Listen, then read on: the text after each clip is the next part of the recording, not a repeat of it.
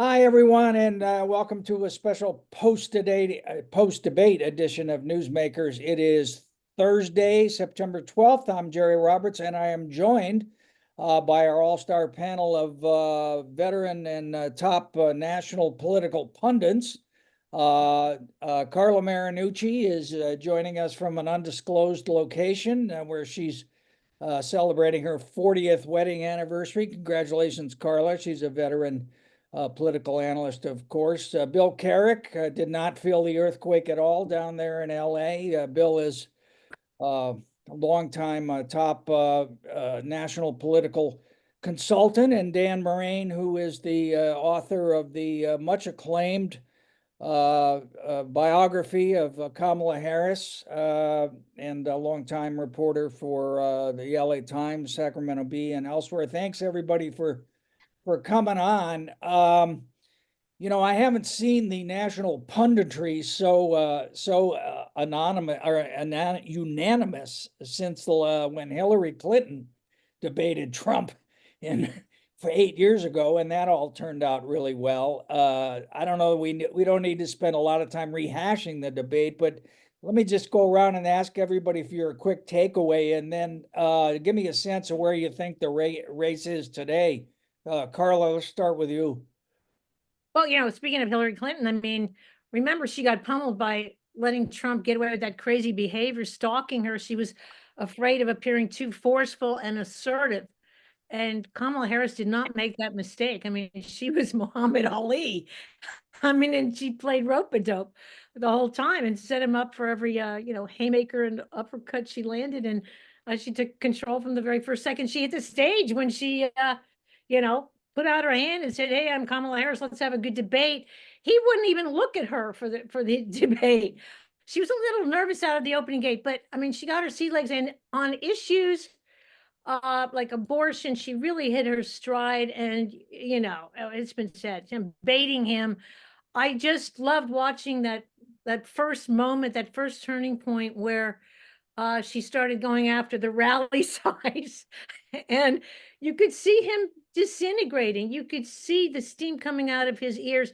He had one job in this debate, which was to make this a referendum on Biden and her. He got to that in the last 30 seconds of the debate, and instead we got those great sound bites like Haitians are eating pets and dogs. I won the last election, by the way. I mean, at this point, she did what she set out to accomplish, which was to turn him into somebody who's old, who's tired. Hey, Carla, your screen's frozen. Move a little closer. Oh, okay. Am I okay now? No. You're still frozen. Okay. Go to Dan. See if I'll come back. There you go. Now you're okay.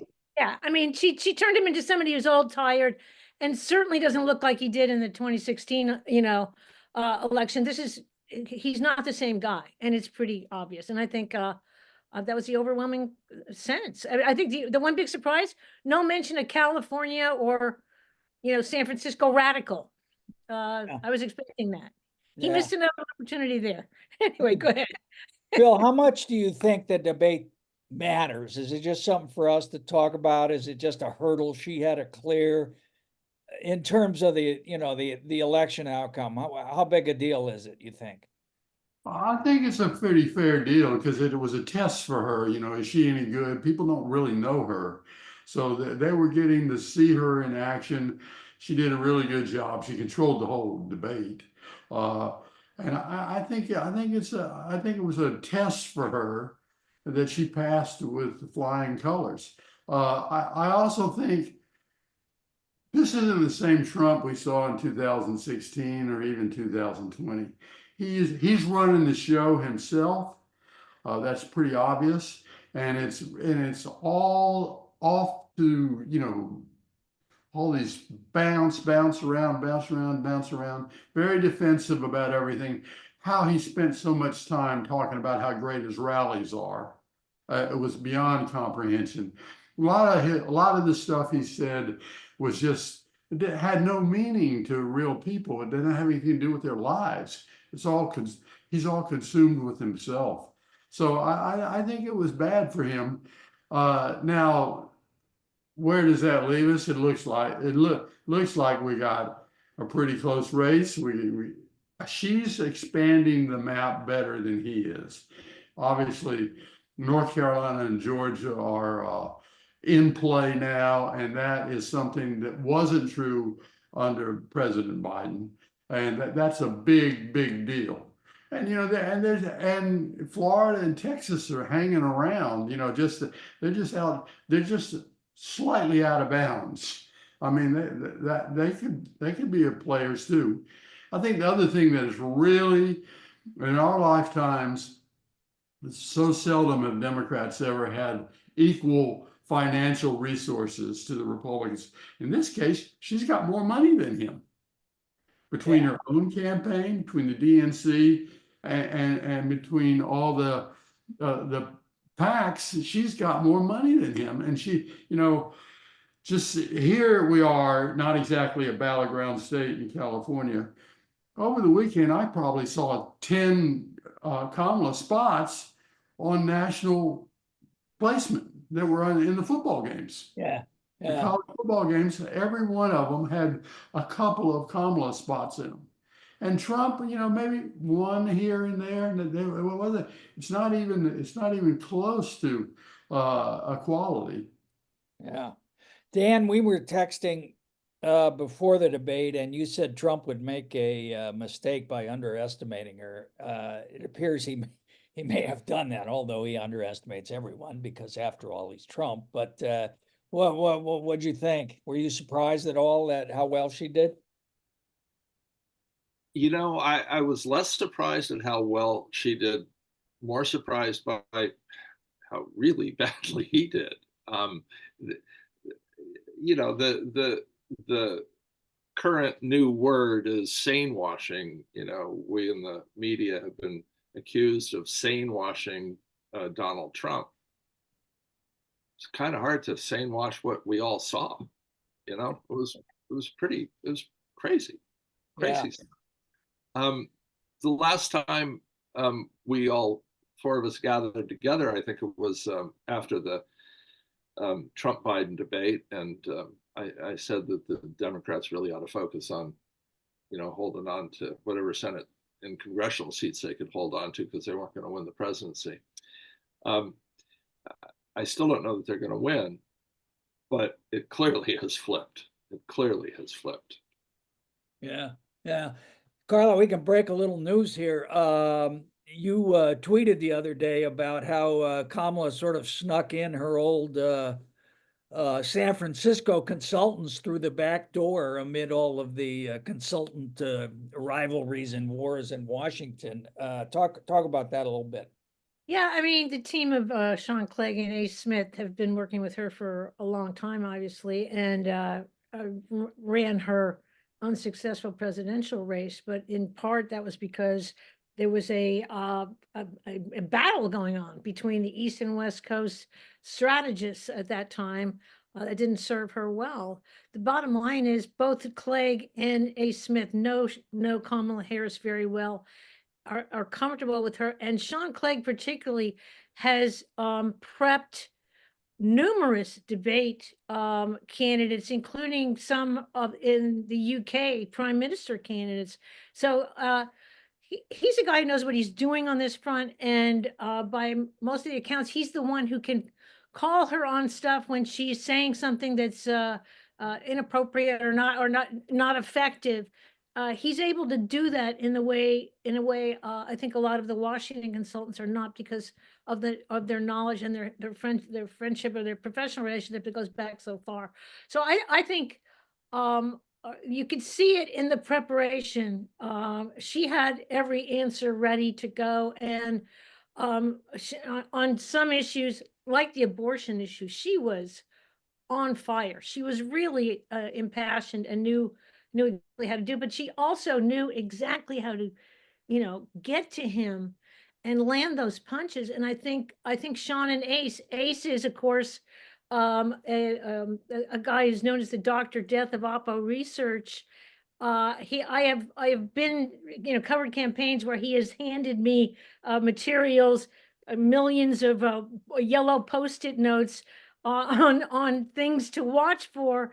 He is meticulous in terms of doing that, and I think that they just did the kind of preparation that these two guys are known for, and it showed. I think she was ready for any kind of San Francisco attack. It never came. Never came. Just No. because Trump was all over the board. I mean, he didn't make an effective argument against her, except for the last couple of minutes. And that was, as Dan said, the surprising thing about this whole thing. Yeah. You know, one other thing I'd mention, you know, in addition to Sean and Ace probably being involved, I think that we also saw a very closed group of Biden advisors who kept it all in sort of a little loop of, you know, really 3 or 4 people. And I looked at it, the makeup of that thing, and I said, why isn't David Plouffe involved in this? Well, because, you know, David was with Obama, and I think that Biden had his sort of little grudge match with the Obama staff people. And, you know, the first thing they did is brought David in, who is a very, very talented guy and is a really big picture strategist. And I think that has been an asset to Kamala's campaign, is that they got an expanded universe of talent in there from all sorts of sources that they didn't have before. And her comfort level with the team that she has now is clearly much higher. Yeah. And Well, Dan, go ahead. Yeah. You know what? I've just finished rewriting the epilogue for a new edition of Kamala's Way. What, you know, it was apparent that in that first year, her first year as vice president, I mean, she cut ties with, or you know, she certainly curtailed contact with her California political team. You know, she was all in for Biden. It was Biden's staff around her. Biden, the White House chose her staff in that first year. You know, she was busy. You know, people said she wasn't doing much. I don't believe that's true. I believe she was doing a lot, not publicly. She was you know, she was being a loyal vice president, which is kind of a vice president's job. And part of that was to prove that she had no political agenda beyond being his vice president. And so she cut back on contacts. I mean, I heard from donors who had been with her from the beginning, who she wasn't, you know, tending her garden. Well, now that she's her own candidate, now that she is running for president, she has the freedom to bring in people who, you know, clearly she trusts, clearly people who brought her, you know, helped her become vice president, and so now they're back in. So I find that quite interesting, Carla. Yeah, and the other thing, you know, you could have watched that debate with the sound off, and I actually turned it off for a little ways. I mean, it kind of didn't matter what they said to a certain extent, because you saw this, you know, younger woman who was very vivacious and lively and had this range of facial expressions, and then this old glowering fart there, you know, who it just, I mean, the generational thing, I don't think you can really overestimate about the importance, about how the energy at least flipped in the race. Bill, I mean, that's generally the case, isn't it? Whoever's, you know, running on the future is winning in a presidential race, I suppose, except for Reagan in '84, maybe. Yeah, no, it's definitely true. And I think the other piece of this whole dynamic is Trump has the age thing flipped on him. Biden exits, and now who's the old man? And, you know, we were paying, you know, the first debate, Biden and Trump, we didn't pay any attention to Trump. Well, of course, you know, if we want to go back and look at it, Trump was awful in the first debate. Yeah. It's just that Biden was more awful. So that now we got a situation where he's the old man in this thing, and he looks. His age is showing. He's not the guy who ran in 2016 or even 2020, and is consumed with, like the thing about the rallies. What in the hell was that about? On and on and on, and talking about defending the integrity of the Trump rallies. What I didn't get it. A lot of the stuff he did was just like he just got off the interstate and went on a side road and just disappeared for a while. Yeah, it made you kind of think for a while whether the whole thing wasn't like a CIA psyops, that they had figured out. Although, I don't know, Carla, let's go back to that point you made, which is, Trump needed to make it a referendum on her, and she instead kind of made it a referendum on him, at least in terms, whether that proves to be the case for the rest of the campaign or not. Certainly in that event, it was a referendum on him. So, I mean, what do you expect him to do now? He's got nothing to do but unload the kitchen sink. So I think we'll be hearing the California and San Francisco stuff. Yeah, now you have to wonder what they are going to unload on her now. I mean, and a lot of it is in misinformation that's being. I mean, Trump is being helped by guys like Elon Musk. I mean, Elon Musk every minute he's posting like 80 times a day. Oh, I know. And crazy stuff. I mean, and that's where they're going to go. I mean, look, they're focusing now on just the razor thin margin of undecided voters who are out there. And so, like, at this point, if you're undecided, Bill, you tell me, are these people like, are they going to vote? Does that mean they're not going to vote? No, I don't really think that's true. I think a lot of these younger folks are going to end up voting. They may. There's no question about it in my mind that we're going to have a pretty healthy turnout. Yeah. And consider, look, we can't Taylor Swift's endorsement, which came at the end of this, 380,000. All right, the record will show it took us 16 minutes to get to Taylor Swift. Okay, wait, we didn't. In the time since she endorsed, 380,000 young people have registered to vote on vote.org.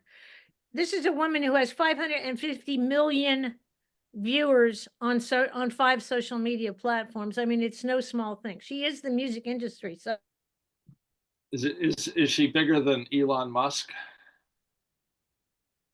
Carla, you muted yourself.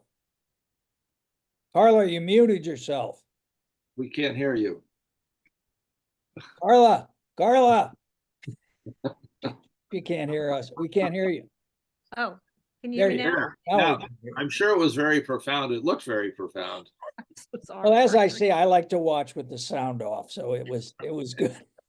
Hey, Dan, yeah, Carla's point that Trump never went to the California or the San Francisco stuff, which was kind of a mystery, because, I mean, there is stuff that goes directly to his points, and those 2 cases, particularly that you wrote about, the cop killer case, and then the immigrant who was here illegally, who killed the dad and his two sons, I think, in the Excelsior district. It was kind of a mystery.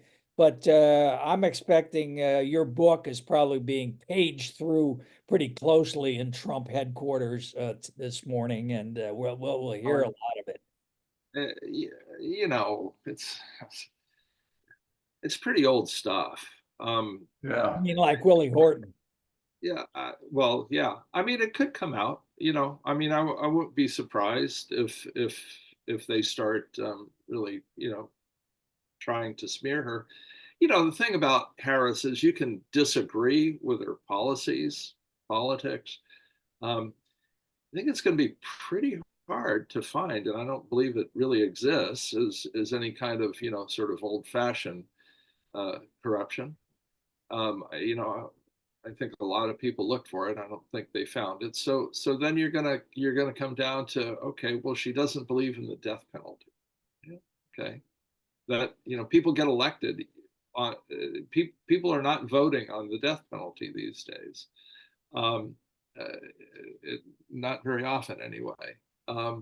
So I'm not sure that's going to especially resonate. And the reality is, she prosecuted a lot of people who committed a lot of pretty horrible crimes. So I know you could find instances where you could second guess her. But the flip side is, she was a prosecutor. She put people away for a long period of time, and Trump is a felon. So I think it's going to be a little bit tough. I also think he, by going off on that weird tangent of the helicopter crash with Willie Brown, I think he kind of, I guess I'm going to be surprised if the Trump campaign or even his IEs can use whatever they might claim on as it relates to Willie Brown against her. Yeah, I hope Well, I think the Willie Brown stuff, what looked to me like, that was just nonsense. And of course, then we get into the Willie Brown stuff, and we found out it was actually Nate Holden who was having meals with him, not Willie. It was another one of these things that just wasn't really fleshed out, and it was obviously they don't know, they're grasping at straws. I would make 2 points about the crime issue. One is, for older voters, they've been through Willie Horton and all the rest of it, and and after the fact, everybody got exposed to the fact that all exaggerated and wasn't really true and whatnot. So for older voters, there's some credibility problems with those kinds of attacks. For younger voters, they're not even for the death penalty in large part, and they're not going to. And they're also, we know that the whole progressive movement is in the younger voters. I just don't know who they get. Who are they getting? And the death penalty, the other thing about the death penalty, it doesn't happen very often. It's just, maybe a few red states, you see some, there's some talk about it and whatnot, and in Alabama and all this business, but in a large part, it doesn't really happen. And I think a lot of voters understand that it's from the man who, a lot of appeals, and it never gets done. yeah. And this from the man who labeled Dianne Feinstein always for the death penalty. Who can forget? I just want to say, well, that was 1990. The whole issue was a real issue back then. We are long from there, maybe. It's a huge issue all through the 90s, 80s, and 90s. No, I just want to say on the Willie Brown thing, I hope I don't freeze. I think they're bringing this up for one reason only, and you've got people like Megyn Kelly and Laura Loomer out there on Twitter saying she slept her way to the top. You've got T-shirts they're selling that say no to the communist hoe. I mean, the level of sexism and misogyny is disgusting, and Willie Brown is brought up for that one reason. Yeah, but as a practical matter, again, Trump's he's got a low ceiling, but he got a high floor. And that 46%, I mean, he could say anything. Obviously, shoot somebody on Fifth Avenue, he's going to get 46%. But I saw Gavin Newsom the other night, who's like about one step away from being on Dancing with the Stars at the moment, in terms of his political future. But, he said there's 40 or 50 counties. We keep talking about these 7 swing states. He says it's really 40 or 50 swing counties. Is that right, Bill? I mean, is that how small of a universe of people we're really talking about? Well, it's a pretty small universe, but the one that obviously Kamala's campaign is expanding the map, and Trump's is not. And when we have a Democratic candidate that's campaigning in Greensboro and Charlotte today, and then last week she was in Savannah, I mean, that's pretty sound evidence that she's expanding her map, and his is just stuck. Yeah. And I think it's interesting how in the debate she carved out, like mentioning 800,000 Polish Americans in Pennsylvania, by the way. I mean, she nailed certain constituencies that are out there that they can carve out. And she's been doing that all the way along, going, as Bill said, to rural Georgia, in certain areas where you wouldn't expect her campaign to go. So little by little, I think they're just trying to shave away voters that are going to matter in the final run. Yeah. Hey, Dan, one of the things that Trump people are really hitting her with is, you know, she's a fraud, that this move to the center is, you know, just baloney. And there is obviously a huge contrast between the way she ran in 2019 and the way she's running now. Which one do you think is a more authentic her, the lefty or the centrist? Well, you know, I think she's clearly left of center, but she's a mainstream Democrat, you know. A Biden type. I think so. You know, I mean, I think that's where she is naturally. I mean, the paper you once ran had a headline when she was running in 2003 for district attorney. The headline was "Harris for Law and Order." That was the headline over the endorsement of her for district attorney. So she was clearly running to the right of then District Attorney Terrence Hallinan. She was to the left of Steve Cooley in the race for Attorney General, but it was all mainstream Democratic stuff, at least mainstream in California. You know, she opposed Proposition 8, you know, supported same-sex marriage. And he did not. She talked about climate change. He much less so.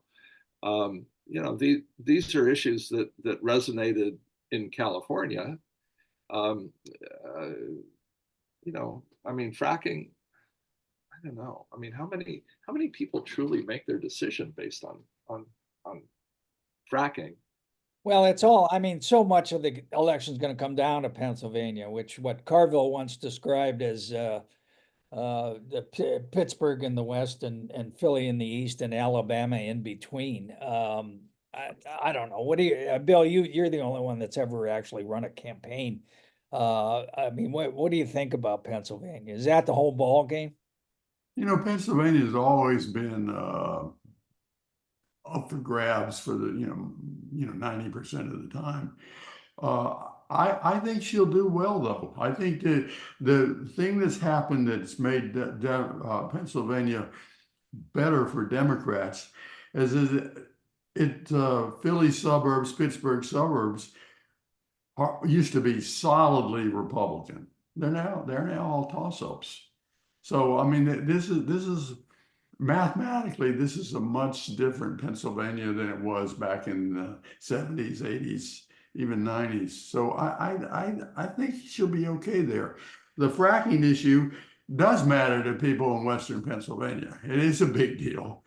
And, you know, I don't think she's going to pay any price. We're not going to run into people here in California who are focused universally on fracking. It's not a big time issue here. It is a big deal in Pennsylvania. A lot of jobs. In Pennsylvania, Bill, you would know this better than certainly I would know it. But in Pennsylvania, the latest poll showed Casey, the Democrat, up over McCormick, the Republican, in the Senate race by 7 points. Right. So Josh Shapiro won by, you know, what, over 750,000 votes. Yeah. I think the number was. It would just suggest to me that Pennsylvania, while you know, certainly not California or Massachusetts politically, is trending blue, isn't it? Yeah, I think that's definitely true. You see, you know, John Fetterman is the other U.S. senator. Right. I'm not going to do any editorial comments, but John Fetterman is the other U.S. senator, and he won big. And then, and this Bob Casey is a popular senator, and his father was a popular governor. I think that the reality is it is moving blue, and we picked up congressional seats there in the last few years. Yeah, and then Carla, And you made the point about that her best moments probably of the debate where her abortion answer, where you really did get I think a sense of authenticity that she really does feel passionate about that. And, well, Trump talking about how everybody wanted Roe v. Wade overturned. Yes, I kind of missed that memo, but a lot of those maybe, college educated Republican women in the suburbs are going to be listening to that. But so it was interesting also to hear Trump start talking about how he's always been a champion of IVF. And a leader on fertilization. He actually said that. Yeah, that's what he said. But that's my number one issue, fertilization. But I mean, absolutely right. I mean, like when what is it, 8 states now that are going to be dealing with this on the ballot in November? That is no small issue. Yeah, Arizona and Nevada, 2 of them. Nevada, exactly. Florida. And right. Florida. And she's carved that out. And I think, go ahead. If we look back over the last year or two, Kansas and Kentucky overwhelmingly passed pro-choice referendums. Ohio, I mean, we've tested this in the political marketplace, and I don't know what Trump thinks he's doing, other than obviously he thinks maybe he can confuse everybody about what his position is or some crazy thing, because he's certainly talking about it a lot. But he gets himself in deeper every time he does. Yeah. Including throwing J.D. Vance under the bus there about the national abortion ban. J.D. Vance has said he would do that, and Trump said, "Well, I haven't talked to him on that. I'm not sure." Well, yeah, I mean, usually the vice presidents don't matter. I wonder if they don't matter for a point or something this time. I mean, you got Vance's. I mean, he picked Vance at a point where he thought he was going to win. He was, they were measuring the drapes, and so Vance sort of re-emphasizes all the worst, the most extreme stuff about Trump. Whereas Tim Walz, and I still wonder, if she loses Pennsylvania by 10,000 votes, I'm still going to wonder about whether she shouldn't have picked Shapiro. But he seems to be someone who is much more of a compliment to her in terms of, is the vice president thing matter at all, Bill, you think, or no? No, I think it's really, marginal in a lot of ways. But the thing that, let's put this in the right context. This is all we need to know about his choice for VP. His sons recommended him. Mm-hmm. This wasn't a serious deliberation about who they're going to pick for vice president. The sons pushed it. I mean, it's just another example of Trump is out to lunch. Yeah, I mean, it was interesting because he did seem to, before Kamala got in, to be running a more I would say disciplined campaign. He had Chris LaSavita, Susie Walzer were both, big time consultants doing it, but he just seems to have pushed them aside now, and we're back to. And now Corey Lewandowski is back, and none of that's oil and water. There's a lot of feeling that he's going to be firing somebody pretty soon because that's what he does. It's just going to be a shit show. When I heard Corey was back, I just said, "Oh, let's check the box. New Hampshire's gone." Because he's a liability in his home state. Yeah. Hey, so on the vice presidential issue, I mean, I do think it does matter for it certainly mattered for Biden, who was 81, right? That Kamala Harris was his vice president, because it's just biological clocks being what they are, people die, and so I think it matters for Trump. He's 78. He'll be 82 at the end of his what would be his second term. So I do think it matters. And, Vance is half his age. And the whole cat lady thing, Well, yeah, he's broken into the I just popular think culture.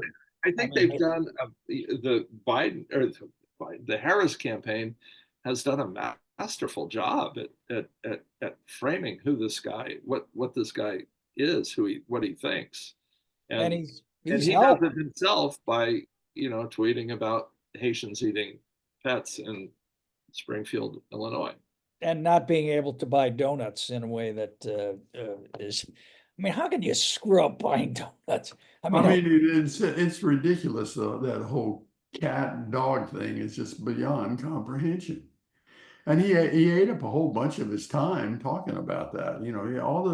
We checked the box and all the stupid things that he spent time on the other night. It was really damaging because he didn't get to say anything meaningful. yeah. Well, Jerry, I'm just wondering, related to this, what is the effect? Immigration should be a strong, or should have been a strong argument for him at that in the debate. He didn't go there. He failed to make the case. But by picking on Haitians, and somebody's pointing out there's 300,000 Haitian voters in Florida. How does this affect? There's a lot of new Americans who are watching this whole show, and I'm just wondering the effect that and the talk about deporting, mass deportations. I think all this is going to have an effect. But when you talk about Polish Americans in one state, Haitian Americans, I mean, this is the patchwork that is America, and that's what the election's about. Which America is it? And the Haitian immigrant community is migrating into Georgia and the Carolinas too. It's just it's part of that Atlanta diversity population bubble, and it's true in Charlotte and other places. It doesn't make any sense. Yeah. Hey, can we talk about the Senate for just a minute? Because we mentioned Bob Casey, who's running ahead of the presidential ticket by 6-7 points in presidential. I think the conventional wisdom is the Senate's gone for the Democrats, but I was just looking, John Tester, the incumbent Democrat in Montana, is further behind in Montana than Colin Allred, who is challenging Ted Cruz in Texas is. I mean, Allred's closer, which is kind of a strange thing. You wouldn't think on the natural, but maybe it does suggest that there are changes going on that sort of we're missing, whether demographically or otherwise, below the surface in places like Texas and Florida, where they have another interesting Senate race there too. What do you think, Bill? I think the truth about Montana is that it's a tough place for sure, and it's on a continuum moving more and more Republican. It's not like it's not frozen or anything like that. It's like moving in a continuum as people move in there from other states. A lot of them are Republicans, so he's got a tough job to do, Tester. Now he's got more money than you can spend in Montana probably, and he'll be competitive. But the Allred comparison is really interesting, because here's a guy that, well, Ted Cruz, everybody knows. Ted Cruz is the Johnny Rotten of the Republican Party, and he's got problems, a lot of baggage, and he'll probably survive. But that's an interesting comparison. Yeah, But and then what I am hearing is that the ground game is what's worrying the Republicans, because Kamala's team has opened up in Georgia. I understand they have like 22 field offices in Georgia, and the Trump team headed, RNC headed by Laura Trump, she's putting out music videos. They haven't opened any campaign offices in any of these states. That the down ballot races are really worrying the Republicans in a lot of these states, the congressional race as well as the Senate. But Yeah. I think we're gonna see, I think we're gonna see some movement in the Democratic direction in some of these states that are maybe not even in play now, because they're got people everywhere. Yeah. I Yeah. mean, it's not just in the targeted states, they got people everywhere. Well, I was just looking, by the way, back to Montana. Um, there hasn't been a poll taken in Montana since, at least not on Real Clear Politics site, after the end of August. So things could be moving there, and we wouldn't really know it. I'm not sure how reliable the polling is out of a state like Montana. I think that's a very good point, because some of these polls are like, methodology is suspect, and they're so spread apart from each other that you can't tell what trend lines are. yeah. Yeah. And the House, Dan, you mentioned last time, is sort of, they better win the House because they may have nothing else. That seems to be looking a little more comfortable for the Democrats, at least by a couple of seats. Anybody have any thoughts on that? I can't Well, I imagine. think the interesting thing, what do you say, Dan? I can't imagine anybody is comfortable on either No. either party about the House. It's got to be, it's going to be a few seats one way or the other, don't you think? Yeah, I think the big advantage the Democrats have is the two big battlegrounds are California and New York, not exactly bright red states. But these districts are all in the suburbs, and they'll be tough. But I think we got in California, something's going on that didn't go on in the previous two House races. The national financial sources, the super PACs, are spending money on the California campaigns. The classic is that you ask Washington for money for these campaigns in the past, and they say, well, we can't afford it because the cost per point in California is blah, blah, blah, blah, blah, and all that. That seems to be out the window, and there's a lot of stuff on TV now for the Democratic candidates. And there's really no reason for Republicans to come out. I mean, there's nothing on the ballot. There's no ballot measure particularly that would attract, I think, Republicans, and, especially if, Trump's enthusiasm gap, kind of begins to fall apart. All right. Any final thoughts on any of this, Carla? What do you think? Where are we going to be? We'll come back in, 54 days? We can come back in like 4 weeks and have this conversation again. I mean, the thing, obviously, we haven't talked about exogenous events. Anything can happen. How much time we spent talking about Gaza last time, and, that, I don't know if it's disappeared as a voting issue, but it's certainly, ebbed as a voting issue. What do you think?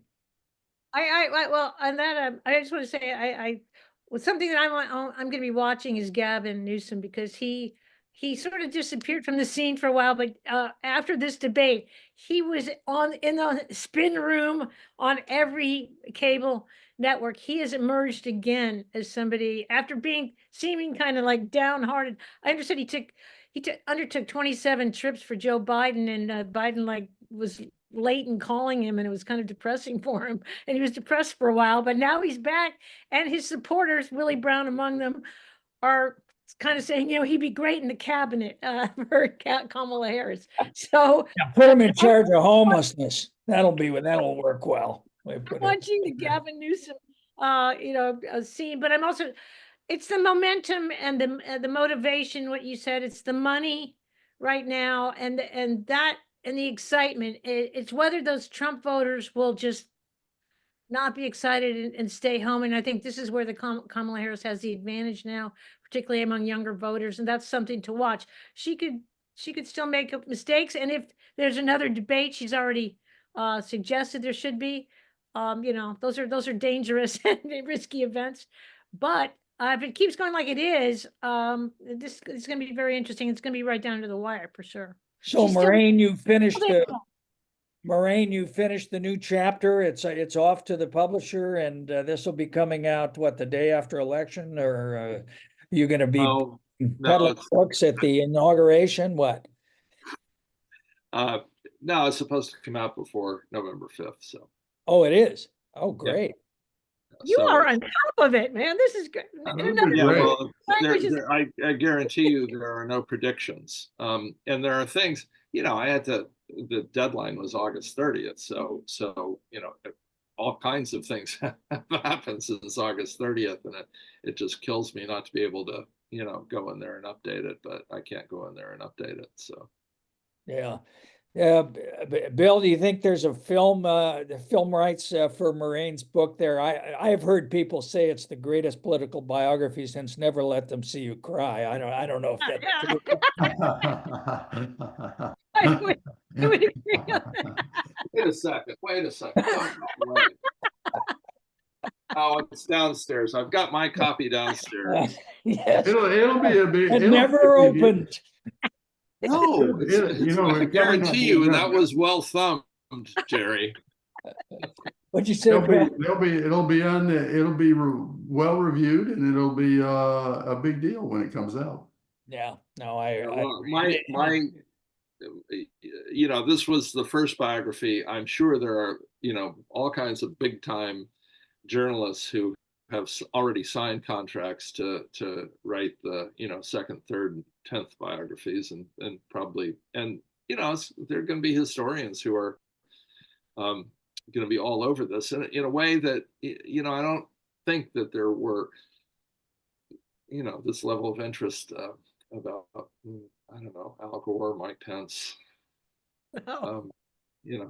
even Dick Cheney. Although, that was an interesting factoid I hadn't realized the other day. Every living vice president has either endorsed Kamala or has said they won't vote for Trump, including Trump's own vice president, who, they offered to hang him the last time he was. Yeah, Pence is definitely not a good thing for Trump. I'm waiting for Danny Quayle to endorse. Yeah, I was gonna say. He has. He's endorsed her. He's Is he endorsed really? her? Yeah, that's it. Yeah. How could we have missed that, Bill? How can we have missed that? We should do a super PAC, Dan Quayle's endorsement. And Put him on Alberto Gonzalez endorsed her this Yeah. morning. Trump's this morning. AG. All right, Bill, what's one thing we should watch out for in the next 4 weeks before we reconvene the sort of I think there are two things. One is, was there going to be another debate, which is really, I'm not sure that we have any idea whether Trump will make up his own. He's making his own decisions. Maybe he'll do it. Maybe he won't. I mean, of course, he has his conspiracy theory that everybody's out to get him in the mainstream media. So maybe he won't do it. But which I think will be bad for him if he doesn't do the debate. I also think the other thing let's watch where they spend the money. That'll tell you what's going on. Yeah.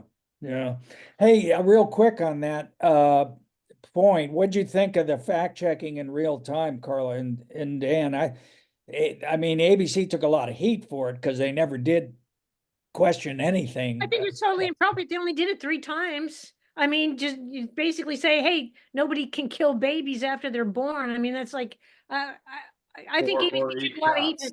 and I thought it was responsible for them to do that. So it was just the most egregious stuff that yeah, they right. did. Yeah. Yeah, he created the fact checking. I mean, it was his ridiculous things he was saying. I mean, the dogs and cats and killing the kids after, it's just ridiculous. So he got himself into that. Yeah, I think Scott Jennings, who's a conservative guy, Mitch McConnell, Republican, part of McConnell's organization, had a great line, and I think it's in today's LA Times, and he also said it on CNN that you can blame the refs all you want, but if you can't make your jump shots, you're going to lose. That is a good line. That is a It's good good one. luck. And I just want to make one more point, which, you know, none of us would be having this particular conversation if it wasn't for another great San Francisco politician, Nancy Pelosi, because she's really the one who Yeah, right. somebody said, is Nancy Pelosi on the phone trying to get Trump out of the race now? The other day, but She's Oh on my with God. Yeah. she's on with George W. right now. No doubt. We can do it together, Mr. President. yeah, George W. famously said that was some weird shit. All right. Hey, listen, Carla Marinucci, Dan Morain, Bill Carrick, thank you all so much. I always appreciate you guys taking the time to offer your wisdom and your insight and your Great fun. good sense Always of fun. humor. Always fun. Yeah. All right, we'll talk to you in a couple of weeks. Thanks, guys. All Bye-bye. right. Thank All you. right. Take care. Happy Hey, anniversary, Take care, Carla. everybody. Thank you. Happy anniversary. Thank you. Okay, bye.